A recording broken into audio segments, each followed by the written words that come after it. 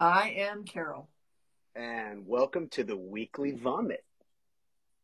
Today's topic is aliens. Aliens. I love them. So cool. All right. So I guess we can start with between you and I here. Do they or do they not exist?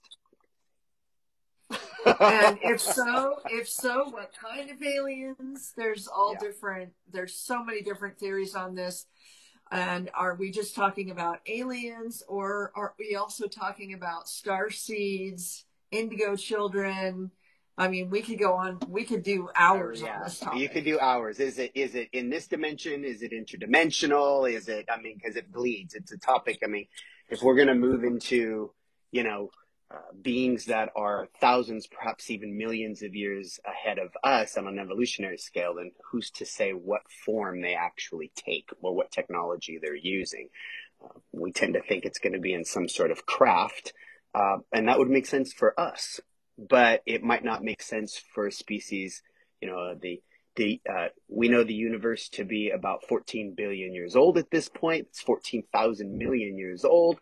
So there's enough room for civilizations to have born, accelerated, disappeared over and over and over and over in time. So who's to say we don't have creatures that have millions of years of upper level elevation and evolution, you know.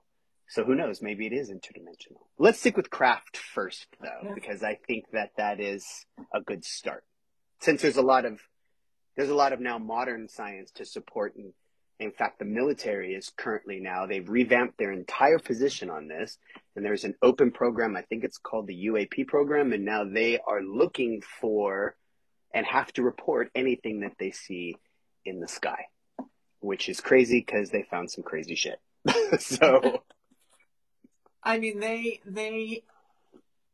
um, so you, they have released video of unidentified flying objects, yep, and this is you know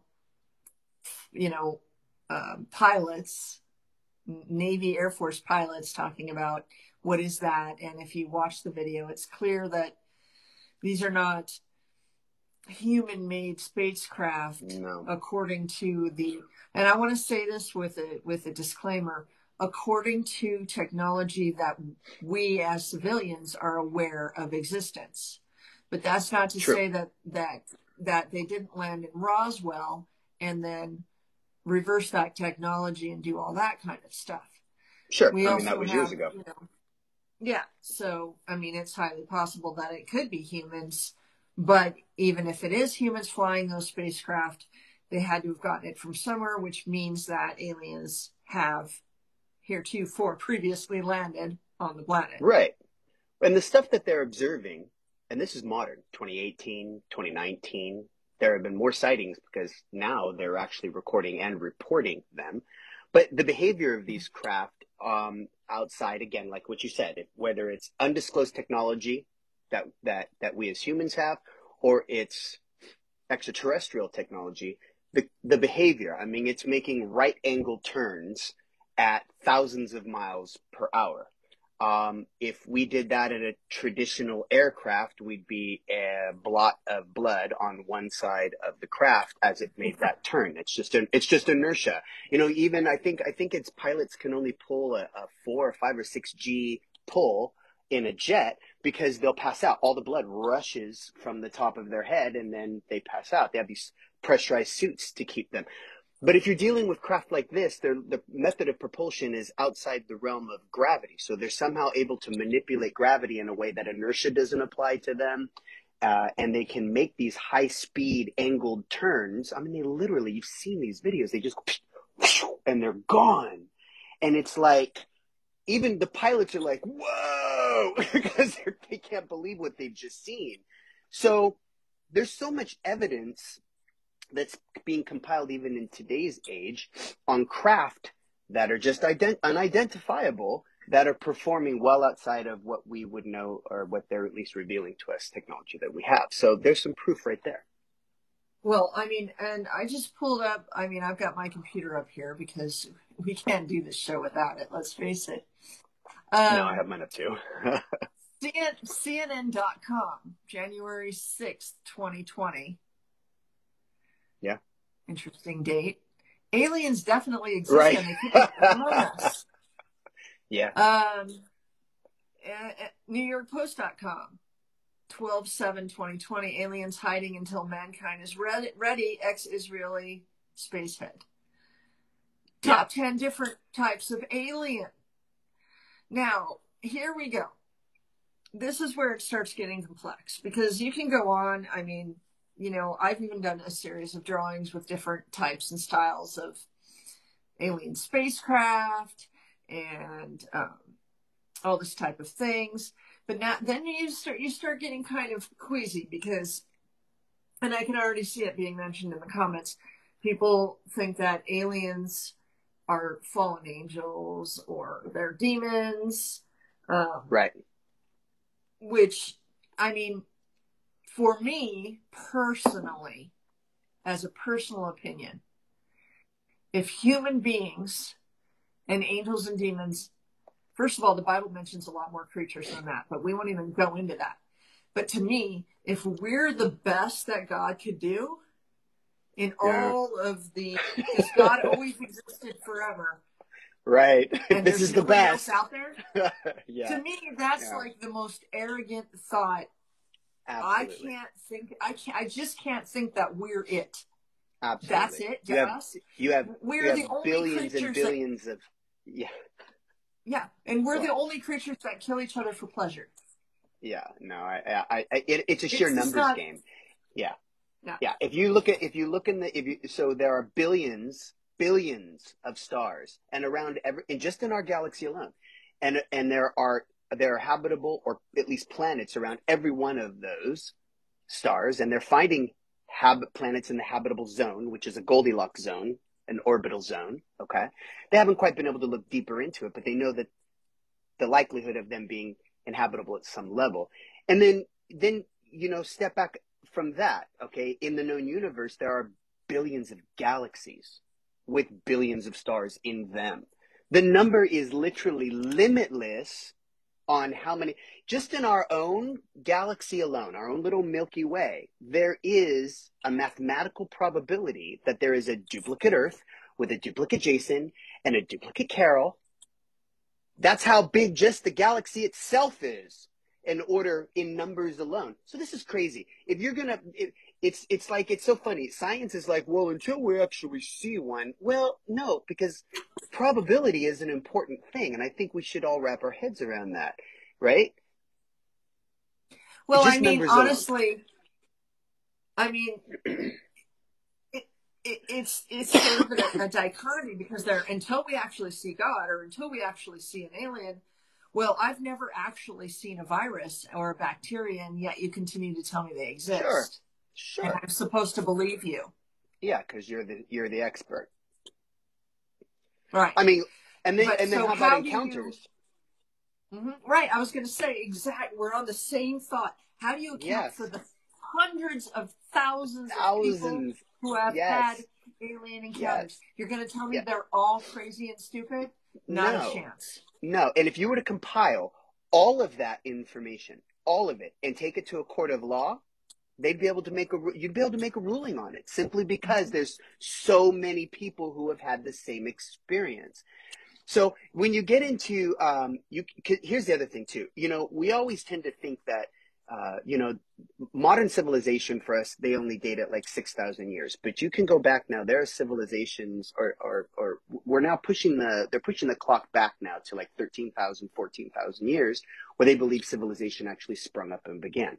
Well, look, I mean, over time, civilizations could have come and gone. We're talking about places like Atlantis, Lemuria, any of these places. But if they've been gone long enough, they'd be erased with the passage of time simply because that's what the earth does. It tends to bury shit over time and dissolve. Everything disappears. Except for stone. Stone takes forever. And if you were going to if you carve something into stone 15,000 years ago, you're still going to find something in that stone today. It's one of the things that will last. Well, there are megalithic sites all over the planet that just befuddle scientists and archaeologists, and they don't even pay attention to them because they have no explanation for them. So there are places like Göbekli Tepe, Pumapunku, in Peru, the andesite blocks that look like they're melted together in Peru. These places, they can't explain how these things were done. The largest stone that's ever been cut and quarried is the temple at Baalbek, and it weighs a staggering 3.3 million pounds. We don't even have equipment that could move that today. And so the question, it beckons the question, how long then have these encounters been happening? How long have aliens been visiting the species of human? And I'm just going to cut in here real quick, and just so the audience here knows, this is a show, so it is actually me and Jason talking to each other. We will be doing a separate live to take questions. So in this on our Wednesday show, we just chatted up. I am paying attention to the questions, and yeah, as am I. And I'll try to filter. If I see something that moves into our conversation, I'll definitely weave it in, but I may not acknowledge it directly. Just so you guys know. So this is our weekly 1 hour show. So it's like right. Actually you're watching us as a show, but we will right. have which we appreciate. We are in development for a sort of post game type situation where we will be lively interacting. So anyway, to go on, I think that there are different kinds of aliens. So, and I don't just mean I have a list up here, like the Greys, which we're all familiar with. We talk about the reptilians, right? The Arcturians. This guy right up here is the guy that we all kind of are familiar with. Is the one above your head. Everyone kind of thinks they look like that. The Pleiadians. Did you mention the reptilians already? Yeah, I mentioned the reptilians, which the reptilians and or the Draconians, which are two different species, actually, are the ones that we think are getting into and shape-shifting and taking over the governments. I mean, we could go on forever with this situation. Go back to the felines and the Lyrians, which are supposedly came down to Earth and found some smart apes or monkeys, and then genetically altered them to create. Here we are, which is the Sumerian. That's the Sumerian tale from the Sumerian Book of Creation, correct? Where they talk about creating a species from the most advanced form of primate on the planet here, tweaking it genetically in what would we probably consider maybe it could be a perceived Garden of Eden of sort, could be a lab of some sort, if we're to move away from the biblical sense, but from a scientific sense, and then created basically what we see as Homo sapien to do the work for them, which was interesting because one of the things they needed, according to the book, The Tale, was gold, and it was to protect their atmosphere. They had destroyed their atmosphere. They needed atomized gold, which is weird because we all get gold fever at some level. So there's something genetic, I think, that ties us to gold. I mean, we all really look at it in the gold exception fever. Of me, I'm actually allergic to gold. Well, I'm not. Is that weird? That is so weird. Anyway, and yes, an allergist. I actually took tests, and I came out allergic to gold. But I also believe that there's a whole different kind of alien that we can talk about, which is starseeds, which are people who originally come from some other planet and then manifest in a human form here on Earth, and those people are supposed to be here to help with the Great Awakening. So that's a whole other kind of alien. So moving into the spiritual multidimensional realm, And then you want to talk about, then you can add a third type of alien, and then you will be talking about actual interdimensional, which is different than a starseed. A starseed is like it's energy your energy that is you originated and you are some other type, and then you come here, and this I is, mean, each place is a challenge or a game or whatever you yeah. want to call it. And then you have interdimensional beings, which are, apparently evil and coming here. So you have, I mean, the alien thing is so, you could go on for, So each rabbit hole. speaking of the interdimensional stuff, because remember, I think it was CERN. When CERN launched, I think it was in 2012, right? When they first fired Mm-hmm. up the Large Hadron Collider, and they were saying that, oops, they were creating micro wormholes then. And then they released an article that said that they had fractured dimensional reality at some level. They weren't exactly sure how or why, but every time they fired this thing up, they had changed something. And in doing so, it's possible that we opened up that door for those dimensional beings to make their way into our realm. First of all, it should also be noted, I wanted to say something else, just came to my mind.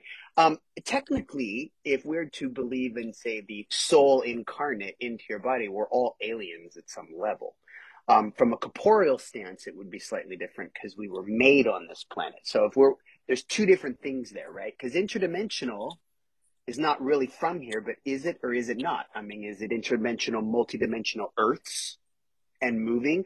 I mean, a lot of people say that the aliens we see are our future selves from thousands of years from now, also dimensionally portaling back. Don't know. Who's to say? Well, there's a whole thing where there was this interview with this young man. He appeared to be fairly young, and he had worked for the government, and he said that can't remember what it's called. It's like Project Crystal Ball or something like that. I can't remember the project, but it was something where they could look into the future, and they had all these timelines. And basically what he said is that at some point, every single timeline of every single you in quantum physics, every single one Right. comes together at one point, and there's only one possible future. Project Looking Glass, thank you. And there's now only one future, and he wouldn't say which future it was because I guess he didn't know. But basically, there's a choice of either two. Either they win, and it's like nuclear war destruction, or it's the Great Awakening, and they lose. See, you say, whoa, what? So I've got CERN physicists. We have done something evil, and it is being hidden. That's April 8th of 2006. Yeah. Yeah, they're high. They didn't look. I mean, they're meddling with powers that they don't really quite understand, and they are, every time they fire, CERN. I don't know for any of you guys who don't know what CERN is. CERN is a particle collider, and it's buried under the ground, and it's a large circle that measures in many kilometers. I think it's 5 or 6 kilometers at CERN in a circle. And they take particles and they collide them in opposite directions. They spin them in opposite directions and then move them into a detector and they collide them. If they were to break free of that dome, they have, just a small group of, say, protons, if they're accelerating protons, has the same mass. They always accelerate it to just 10 kilometers below the speed of light. They can't get that quite fast. But if it did bust out of that circle of magnetic field in the giant thing, it would have the same inertia as a fully loaded, like, 18-wheeler truck doing like 100 miles per hour. Those tiny protons would blow a hole in the side. That's why they bury it. But they're doing things here that are just, I don't think they quite understand I think they understand what they're doing. Like, they're trying to figure out Big Bang shit. And when they smash things in together, they get smaller particles and smaller particles and smaller particles to understand the root of what the universe is made of. But I just don't think they understand the secondary impact of what they're doing. Like, I don't know, causing rifts Well, in listen, it timelines and says right dimensions. here, certain researchers apologize for the destruction of 5 parallel universes in recent experiments. So if you take quantum physics as I understand it, which means that there are infinite parallel universes, and each each parallel universe has a U. So each one is just slightly different than the next. Kind of Right. like if you take a deck of cards and slide it, each Sure. one looks similar, but each one is a little bit different. Right. That means that five little pieces of us, because I would believe that all of those parallel would equal one whole of us. So if we exist in parallel universes and five versions of us got, oops, we just destroyed it. Right. Well, there's an Guess unlimited. what? So again, quantum theory also suggests in what you're discussing in the multiverse theory that there's not a limited number when it comes to multi, meaning that, let's just say for shits and giggles, I did not come and do this broadcast with you tonight. There's a version of me that decided not to do that. There's a version of me that didn't go to coffee this morning. There's a version of me. Every decision that you make and you don't make is a seamless, smooth transition. And the reality that you pay attention to is the one you continue to exist in. But it doesn't mean the other realities aren't playing themselves out. So I don't know what the impact of destroying 5 is, but according to quantum mechanics, there's an unlimited number, which makes the universe a really complex, grand place. Well, I it mean, a also huge means place. that, yeah, it also means that like we could have potentially shoved ourselves into an alternate universe. Wow, USA, oh my God, I don't even want to read you the headline I just came across. Anyway, dynamic entities escaping from CERN. It said that Of course. USA They're Today escaping the tweeted that, micro wormholes. yes, CERN is preparing for, this is, mind you, September 28th, 2021. CERN is preparing for major announcement that they have discovered something inside the collisions happening at the Large Hadron Collider, LHC. The Illuminati is celebrating the opening of the fifth dimension, one beyond space and time. All hell has broken loose, and dynamic entities are escaping. It is the Now, most... Go on. this is not the most... This is like 100% conspiracy theory page, so I'm just saying that, Just I'm putting it just out letting you there. guys know. Yeah. It's Dark Outpost, which is not necessarily the most... Right. It's not, yeah, we wouldn't call it the most mainstream. But listen, in a world, and if people pay attention to the current state of technology, and it's rather primitive if we're talking about aliens, because if aliens have the ability to manipulate gravity and inertia and all these crazy things, which they likely do in order to perform the kind of aerial acrobatic feats that they're doing in their craft, okay? If that's the case, you still need to look at what the current state of technology is today for us as a species, and it reads stranger than fiction. So when they're peering into the quantum world, if when they talk about multiverse theories, and by the way, this is Dr. Michio Kaku. This is a theoretical physicists that are discussing this stuff. They would have been laughed off the stage 25, 30 years ago for discussing this stuff. But modern science in advanced theoretical quantum theory is like, it reads stranger than a freaking Star Trek freaking book or Star Wars or anything that you can come up with. The technology and the ideas that they're talking about are strange. So when you discuss things like, when we're talking about ripping holes in the fabric of space and disrupting dimensional realities and maybe even destroying them, I think that's more likely. You know who would have been a great person to discuss this with if he was still alive? Nikola Tesla. I think that guy understood really what the hell was going on, and they didn't like him for that. Well, He was, and I'm not sure how many people know this or not, but guess who runs CERN? The Rockefellers. So, yeah, big shock. most expensive experiment ever, ever in the multi billion dollars, and they're building a bigger one. Go figure. Because the micro Yeah, wormholes are because just not enough.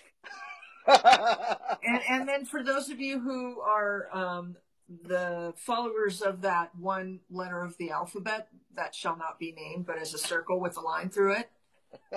Yeah, right, that one. And who The believe the still the believe anon that the anonymous letter. Anonymous And letter. for those of you who still believe that they are going to take and make a fake alien invasion as a psyop or as a distraction, um, feel free to think they're fake or they're CGI, but when they're in front of you, I hope you've got some way to protect yourself. Yeah. Because whether you believe they're aliens or fallen angels or demons or God knows what you think, so I know some people just think they don't exist at all. You're going to have a huge surprise when they're in front of you. Yeah. And eventually we all pass on from this life, and the second you do, you will know the truth about everything. At least for a moment or And so. and I guarantee you, no one's ready, not even us. We're not ready because they're going to probably smell and act and look different than anything we could ever imagine. We're not ready. No one's ready for this. No one's ready for it. Do you know the story, like the story behind Close Encounters of the Third Kind? Like That where was that came based from? on a true story, right? It's based on a true story. In fact, there was a gentleman, I don't remember his name. Someone might know his name, but there was a guy who was promised by the U.S. government. In fact, he was hired to make a documentary about the actual event, the actual government exchange of information that was to be had with a close encounter with another species. And it got right up to the line of he produced the whole thing, and all he was waiting for was the final footage. There's going to be the footage that they actually recorded for this program, and then they pulled the whole program. Everything was pulled. They never gave it to him. Then they told him he was a whack and all this stuff. And then what happened was not more than, I think it was only about maybe 10 or 15 years later, the story, Steven Spielberg, I believe, had heard the story about it and then produced Close Encounters of the Third Kind, because I think the third kind is when you visit. Is it the third when you visit and you interact, and fourth is if you go? Is that how that works? Because there's a first, a second, and a third. How does that work? Let's look that up. I'm not familiar. Let me research it.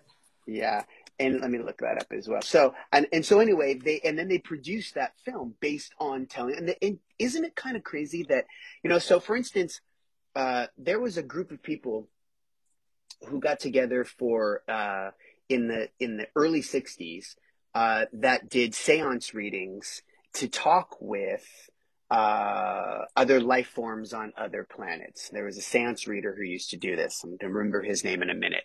And Gene Roddenberry was one of the people who got to go sit in one of these readings. And during the readings, they talked about everything. They talked about the species, multiple species, a federation of planets. They talked about all these things. All the ideas he got from Star Trek, he got from a seance reading.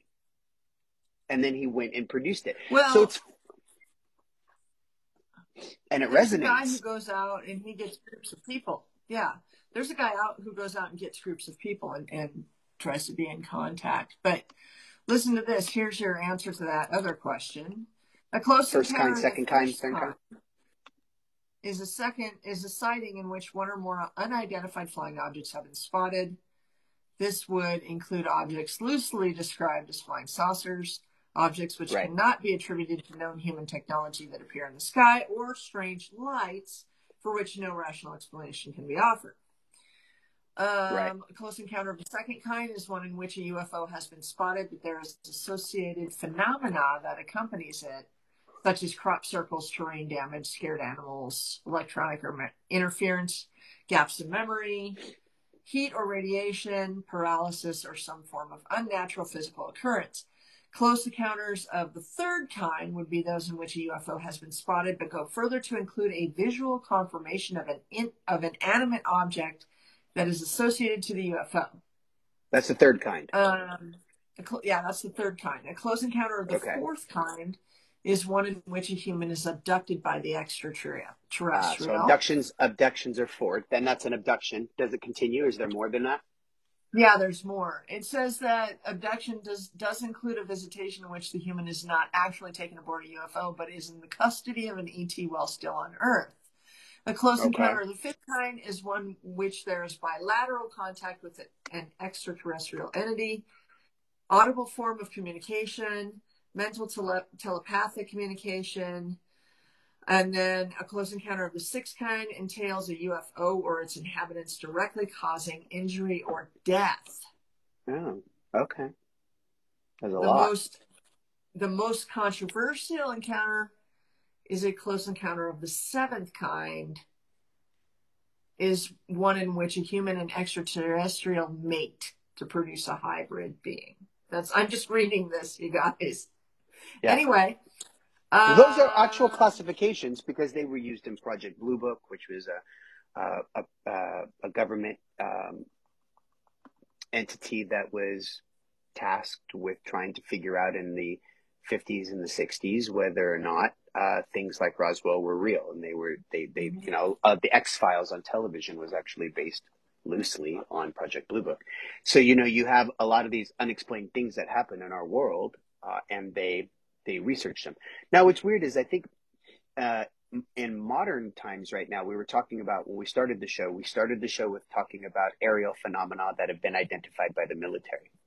And recently, I think in 1 year, there were 145 confirmed sightings. That's both seen, recorded, and 144 out of the 145 cannot be explained. The one was a descending balloon. But now they're coming right out. Now they're coming right out and just saying, yeah, we have no idea what this is. I mean, for the first time, they got Congress involved. You had senators and House of Representatives and congressmen coming out and saying, look, and this is because they're now talking about it being a matter of national security at this point. And there's been so much science fiction in our media that people are kind of desensitized to this. I mean, you could probably come out tomorrow and say, yeah, they're real. And they would probably say, most people would, I don't think it would be like what they think it would be. The left would come out and say, look, we discovered aliens, even though we on the right have been telling you about it since like 1948. Right, but, exactly.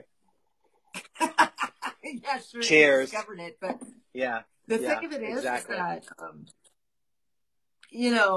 the whole thing is that we, not unlike anything else, they've made it so there's so much going on right now that they're just slipping in all this stuff. Oh, well, by the way, that's exactly how. So when the stimulus bill was signed for coronavirus by Cheeto, the very first stimulus bill that was signed into law, slipped into that bill was they had to give an explanation for all these UFO stuff. It was slipped in. Nobody really saw it. And then all of a sudden people started acting on it.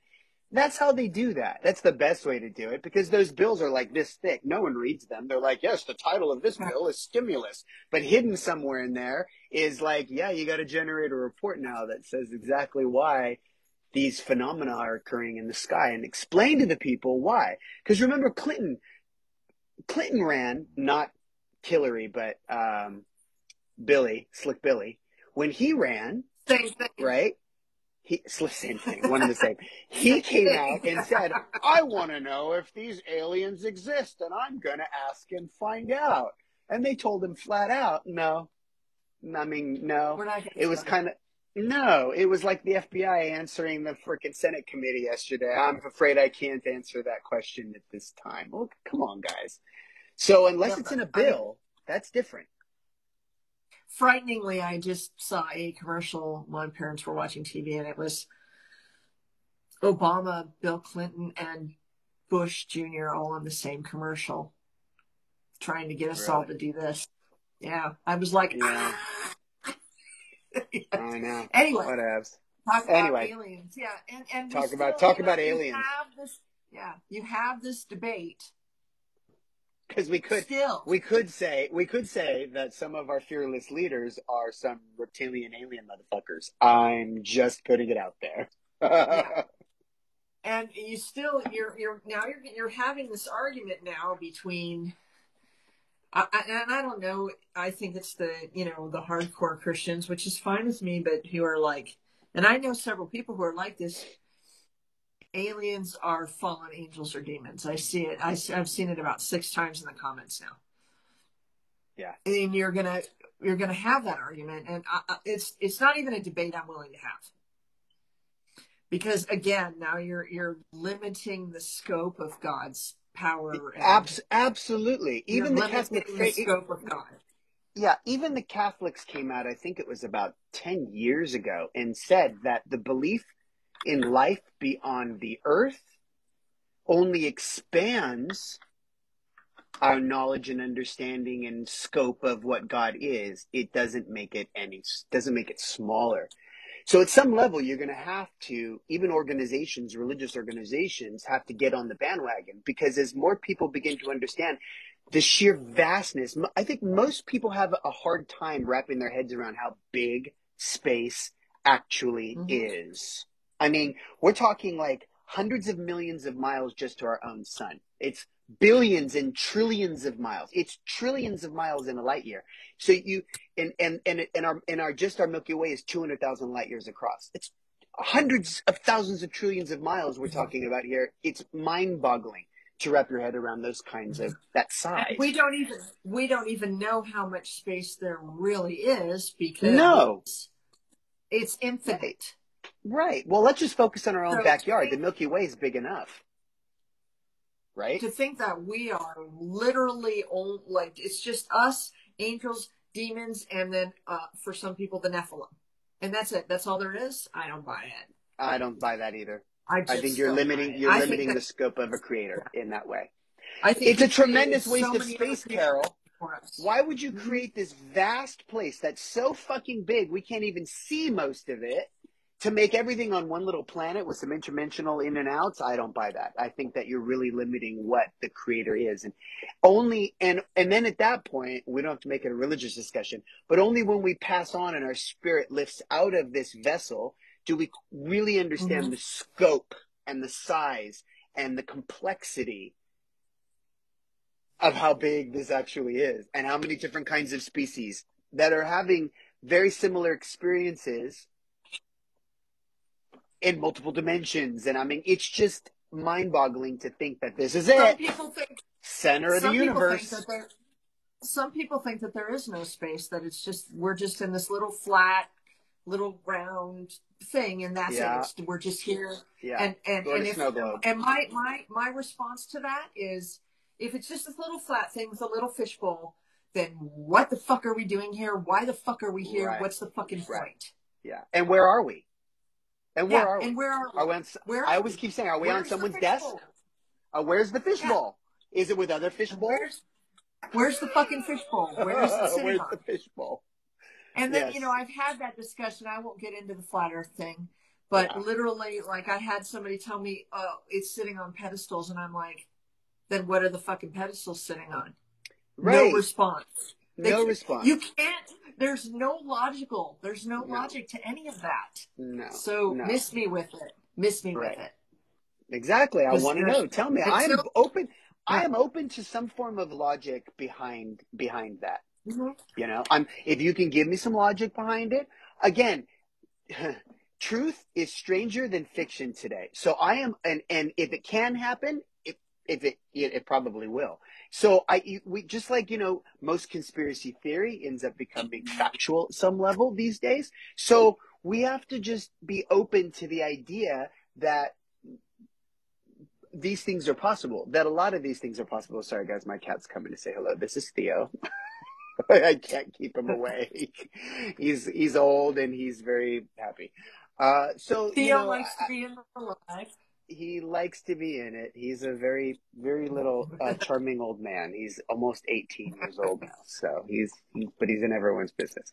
So yeah, he's an alien. This one's an alien. So, so speaking of creatures, other creatures. So, have you heard this theory that a lot of scientists say that the octopus, does not belong on Earth, that at some level it is an alien? And I always laugh and say, to me, it was probably some kid with his parents on vacation on Earth like a billion years ago, and they had lost his pet, and then they had to bail. Come on, we're leaving. And then they had to leave his octopus in the ocean. It just decided to do its thing. But octopus, if you look it up, they're weird. They're odd. They've got like multiple brains in their tentacles, and it's like they are an odd species, and they have a hard time fitting them in to the natural progression of things on the planet. And that would stand to reason, right? That we're not the only species, right? Here. And there are those that believe that we're aliens to this planet, that we came from Mars. In fact, our circadian rhythm is tied to Mars's rotation, not Earth's. So is it Well, possible that everything that happened here happened there first? And then, yeah, oops, Mars went to shit, so we have to go to the next planet in the system. Well, Earth is looking pretty good, but we got to get rid of those dinosaurs first because they're kind of fucking things up. So, you know. well, here's the thing is that if you go and you look at pictures of Mars, they have like, there's actual things that look like human beings curled up like this. Yeah. And what does that remind you of? Prometheus. Have you ever seen the Terminator? No, the Terminator. Yeah. Remember the Terminator where Yeah. the When they nuclear bomb transport. went through and then it shows back and you see people like this that Yeah. and And they're crouched. also that volcano, what was the name? Pompeo? Yeah. Yeah. That's how they In Italy. found people. They found people huddled. So Yeah. if we came from Mars, it probably is because we already destroyed ourselves once, and it would make sense because if you go back and you see old historical pictures, Yes. there's old historical pictures of like us, supposedly us way back in the day, and we were far more advanced than we are now. Right. And that could have So been it's on so Mars. so it's one of two things. Either our species, humans, go like this, we like advance and then we fall, and then we advance and then we fall, and we advance it, or there is some intervening from something like these guys up here, some aliens or some sort. The reason for that is, and again, this gets back to some stuff that's left on the planet. Have you ever heard of trinitite glass? Trinitite, Trinitite, No, trinitite. So trinitite glass no. is made when there's a nuclear explosion. And they didn't even know what trinitite was until they dropped test bombs in the deserts of in the United States when they were testing nuclear bombs before they dropped them on Japan. And what it does is it melts the sand at ground zero, and it turns it into this glass. And the only thing called trinitite, and the only thing that can do that they know of is a nuclear bomb. However, this is the crazy part. You can go to India, dot not the feather, and you in Indians, and you can go and you can look, and there's trinitite in many of the cities where they claim in the Bhagavad Gita and their ancient tales, their ancient writings, that reads like science fiction, by the way. They read about wars going on above their head. People in craft shooting multiple fiery bombs and things at each other. Oh When yeah. you read, their history reads like a science fiction novel. And there's trinitite in their cities, which means that they, at some level, there must have been a harnessing of power back in the day, 10,000 years ago, that we're just not aware of. And that either came from an extraterrestrial source, or there were advanced species with advanced technology living on our planet, and they were using it in some sort of forceful way. And you had all these peons or just rats of humans living like villagers looking at this stuff saying, what the hell is that? Well, Misinterpreted technology, and they call it a god. here's the thing. Here is the thing. If that's the case, one thing I've noticed about some of our us, Australia, Canada, Europe, and then when you look at what we supposedly know, it's not anything compared to what people in China, people in Japan, people in India, these places know, and Africa, they know way more than we know. And I think that's partially because we have bought into everything that they started teaching us all the way back to newspapers. We bought into it.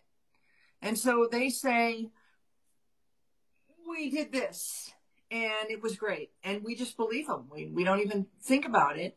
And now we're starting to realize that literally every single thing we've ever been told is a lie.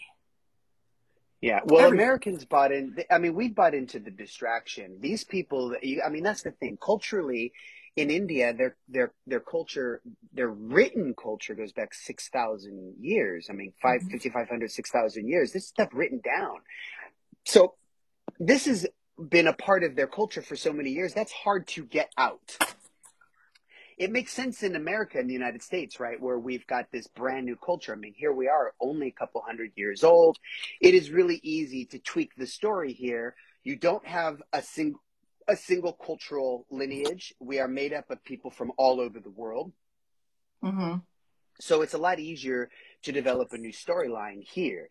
But when you go, it is fascinating to read about the stuff that goes on. Like even see, I think of China, and China again, because they're communists, they try to hide a lot of stuff. But there are tons of pyramids buried in China that they won't even acknowledge exist. And there's a lot of ancient knowledge tied up in civilizations that have been around for thousands and thousands and thousands of years. They've seen this shit in the sky and they've talked about it. So close encounters have been happening for thousands of years. It's not a new thing. They may be picking up in scope, but I think that's simply because we all carry around a device now or are able to record these things, where back in the day, just even 40, 50 years ago, it was like, oh yeah, I saw this in the sky. Now everybody's got something to record it with. So we can actually document, Mm-hmm. like reporters, more now than we've ever been able to before. I don't think the frequency's changed. I just think the ability to document it has. Well, it's true, but and if you start really looking, I have this weird thing where I'm always looking at patterns. It's just the way I see things. It's always been that way. One of the things I've noticed, we have pyramids, we have the all-seeing eye, we have particular symbols, um, and so many of the statues and the artwork are like these humanoid with feet, bird heads and feline heads, and then you have 2012. Anything that ever Yeah. happened in history, pay attention, because anything that ever happened in history, you're going to hear 2012. Yeah. There's no doubt in my mind that in 2012 was a massive thing. Because I remember back when they said Y2K and all that, and we're all. But 2012, 100% for 20, sure, something 2012 happened. was, yeah. Yeah. So Something happened the in Mayan, yeah, the Mayans the are the Mayan calendar. last the last great ancient civilization to carry on and pass on knowledge from the distant past. So when you look at, if you've got to look to the most recent ancient civilization, it will be the Mayans. So Mm-hmm. have you ever heard of Plato's Great Year? I think it's called, in the in India, they call it something different, but it's a wheel of time, and the wheel of time has a golden age at the top and an iron age at the bottom. And as we bob and weave, it takes 200,000 years to go around the Milky Way once. We go between the golden age and down into the iron age and back up to the golden age. So it starts at golden age, and then it would go descending silver, descending bronze, descending iron, and then ascending iron, ascending bronze, ascending silver, ascending gold. And this cycle is 30,000 in a descending, 30,000 in an inclination, roughly 30,000. I don't think they know exactly what it is. However, what I find fascinating about the descending part of it was that we have been in a descending pattern. And what the Mayans were tracking, the Mayans calendar is a countdown. It's not a count up. It starts at 5,421, counts down to zero, then restarts again at the top. So what they were counting down, which is fascinating, is that when you tie the calendars up together, because the Gregorian calendar is what we use based on the death of Christ, but when you compare the two, they were tracking the final days of the descending energy before we moved into ascending iron. So what is in a countdown to zero, which is a very important time because that only happens once every 30,000 years. It happens once in the Iron Age and once in the Golden Age. So it's a huge thing to be celebrated because of the frequency. It doesn't happen very often. But it measures or marks a time where you could make it as look, if in descending energy, the wind is always in your face, knocking you down. So whenever you get up, the energy is not to progress and move forward. It is to keep you down. It's a cycle of time. But when you move into ascending energy, right? The ascending energy is, okay, well, you got knocked down. Well, now the wind is at your back. It's going to pick you up and it's going to push you forward. So I think it's fascinating that they were charged, because they have no explanation as to why their calendar randomly starts this countdown to zero. But it does coincide with many other calendars, and it does coincide with the great year. So again, what happens is they call the these dark times at the bottom, which they say we're in now, which would be considered ascending Iron Age, the galactic age. This, over the next 1,500 years, should we make it out of it, is the age when we get to know our neighbors. This is when we get to know all these species that we're talking about in our own galaxy, when we get ushered into what is perhaps a federation, when we know about other worlds. These times will happen, and they're going to start happening probably faster now than ever. I mean, could be wrong. Who knows? But this is all based on stuff. Very fascinating and interesting stuff, I think. Okay.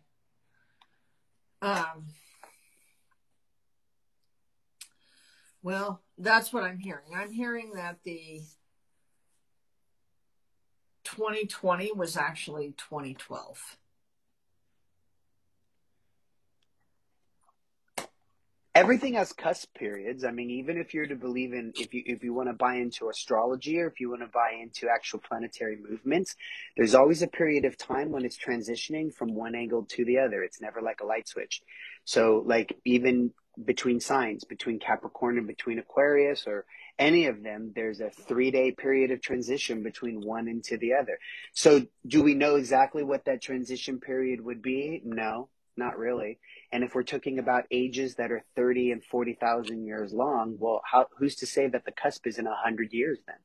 Who knows? I don't know. Mm-hmm. So is it 2012? Who knows? Maybe it's 2020. But there's a reason. The only reason why I look at what is because the ancient civilizations have knowledge we've lost that we don't have.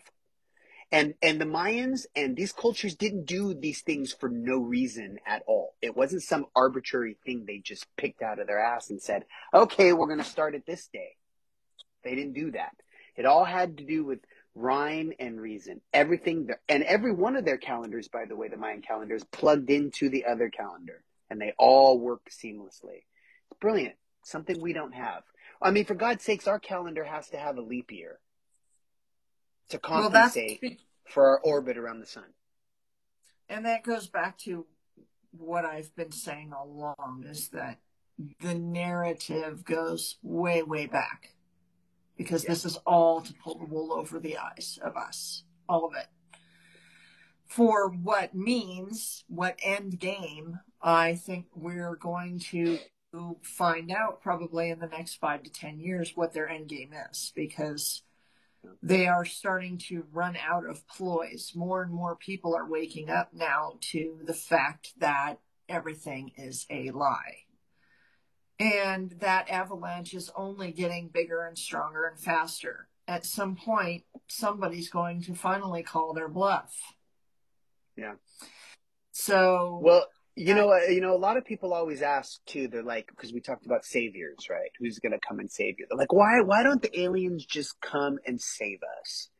And one of the things that I think is hilarious is like, pretend you're an alien and you're flying by Earth. Let's just say you're on a little vacation with the kids. You're like, all right, let's go check out this Earth planet. Well, it's probably on the stay away from zone. Mm-hmm. Because we can't even get along with ourselves. What makes you think if these freaking people or species landed on this world, you know what they would be looked at as? Conquerors. They would not be looked at as saviors at all. We'd attack them because that's what humans do. Now, if you wait until humanity is on its knees, fucking with each other, or it gets so bad that we're fractioned and things don't work and our systems are broken, and then they land, well, then it might be looked at as a savior thing, because you'd be like, oh God, we're in a bad way. Can y'all help? So I don't think that they're ever going to make themselves known so long as we're in the place we're in today. Well, so here you have two different theories, and people can't literally can't put their hand. And this is one of the problems you have when you're waking up, is people can't put these two things together, because you have, everybody, Jesus is coming to save us, and Yeah, you have he's aliens in not. here. Well, Neither of um, them are coming to save us. no one's coming to save us right now. We are not No. in Revelation. We talked about this in my personal life the other night. We're not anywhere near Jesus showing up right now. Nowhere Yeah, near it. he's not. He's not coming anytime soon. No. Right. But it is more likely that aliens would come to save us than it is to Jesus right now. And if you read Revelations, you can see that. It's Yeah, very I clear would in just the say, book. yeah, I would just say things have to get worse before they get better, because they'll be looked at as conquerors if they showed up now. But if we're all in pieces, then if they landed, people might be like, oh, maybe y'all gonna help us. And hopefully they're not conquerors, because we've seen enough movies in science fiction to see that there are likely, if we are speaking, that there are many species in our look, even in Star Trek, there are Klingons. The Klingons are conquerors. So there is likely a species of conquerors in the universe and in our galaxy alone that have made it being conquerors. So let's just hope that when they do show up, it's the benevolent ones, the Vulcans, not the Klingons, or Yeah, else we're screwed. We're screwed if that's the case. right. But You I might as mean, well just be like, fuck in it. the end, in the end, you really have to be able to, you can believe in your Christian faith, but you have to be able to have an open mind to other things. I mean, you don't have to. You can sit there in your small little box, and that's perfectly fine with me. But I've Yeah. said many times, and I'll continue to say it again, I have taken God out of the box, and therefore, by doing so, I allow God to be as big as He is. I Yeah. am not going to do the reflection thing where my head and my belief is so tiny, and I'm reflecting that onto God, because I did that for a long time, and I was miserable. Not to say I'm not miserable now, but I'm miserable because I know shit's coming down. Yeah, so it kind of, it's like wearing blinders, because it limits your ability to see the bigger picture and the grandness of everything. Like, you got, if there are likely multiple species of aliens, there are likely aliens at different evolutionary levels, everything from probably beings of pure light or energy, to species that are maybe just 3, 4, 500 years ahead of us. There are likely species on planets that are only a couple 100 years ahead of us. So, but does that make them ability to travel in space? Who knows? I mean, the way our technology is progressing right now, they keep saying, oh, in another 400 years, but look what we've done in the last 100 years. So Mm-hmm. if we look at the state of technology in just the next 20 years, based on some of the things that they're saying, look, there's a Mexican physicist in the late 90s named Albuquerque, wrote the physics for faster than light travel. He designed the ship and designed the energy, and it broke none of the rules of physics. It was warping space in front of the craft and expanding it behind it. So the craft never traveled faster than in normal space, but space moved around the craft faster than light. And you were able Mm-hmm. to achieve these huge. And then NASA came along, revamped that about 10 years later, and got the energy requirement from that to a very small level. So if they expand on these technologies, we may be finding ourselves visiting other planets sooner than we think, which might be the whole idea. Maybe other species are waiting for us to have the ability to travel to other stars before they say hello, and then can say, hey, Mm-hmm. welcome to the neighborhood. Since you're going to enter And this crazy place, and here's what you're in store for. and then it's been an hour, so this will be my ending. Here we But are. maybe we're already doing that, and maybe there's a whole galactic space war going on that we're not seeing. Uh, and that is likely a possibility as well. If beings are beings, then they are likely going to have similar traits. Just because you can travel in space doesn't make you benevolent. Sorry. Nope. I know they Nope. want you to think that, but it's not. Yeah. Oh well. Yeah. Alrighty. So that is our show for the evening. We want to thank everyone for joining us. Carol, thank you so anything much, else? you guys, for coming in. I think that's it. No, it's some, thank you guys. We will be back every week with something new. And like Wednesdays. I said, we're up on YouTube. Yes, we're up on YouTube, and we'll have this episode up there shortly. We're here every Wednesday, 6 p.m. PST. Mountain is 7, Central is 8, and Eastern at 9. 9 p.m. And that's it. Thank you for joining us at the Weekly Vomit. Thanks. We'll see you next week, guys. Good night. Good night.